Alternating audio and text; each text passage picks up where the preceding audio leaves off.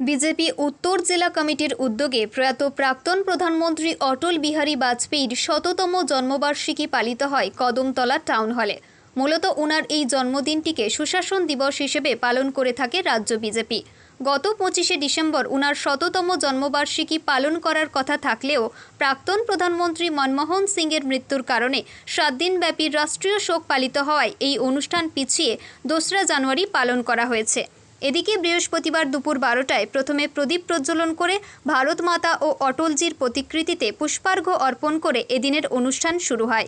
এরপর রাষ্ট্রীয় সঙ্গীত ও অন্যান্য উদ্বোধনী সঙ্গীতের মাধ্যমে আলোচনা পর্ব শুরু হয়।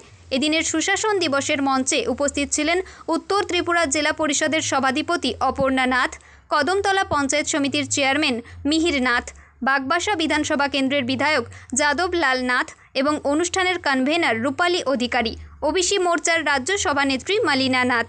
এছাড়া অনুষ্ঠানের পৌরোহিত্য করেন জেলা সভাপতি কাজল দাস।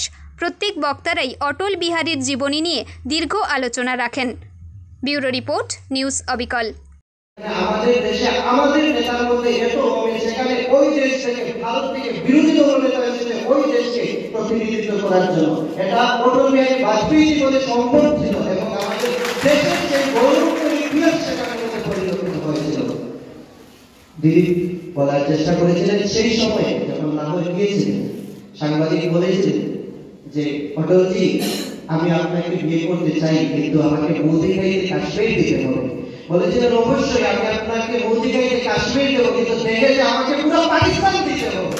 এইসব বুদ্ধিমান বিচক্ষণ নেতৃত্ব আমাদের মধ্যে ছিলেন, আমাদের মধ্যে থাকার কারণে এতটুকু সম্ভব হয়েছে। ১৯৯৯ সাল মধ্যরাত্রি ঠিক ৩ ঘটিকার সময় জর্জ ডব্লিউ বুশ ওনাকে ফোন করলেন, কারগিলের যুদ্ধ চলছে, তুমি কারগিলের এই অংশটা ছেড়ে দাও পাকিস্তানকে, না হলে পাকিস্তান তোমাদের উপর পারমাণবিক হামলা করতে পারে।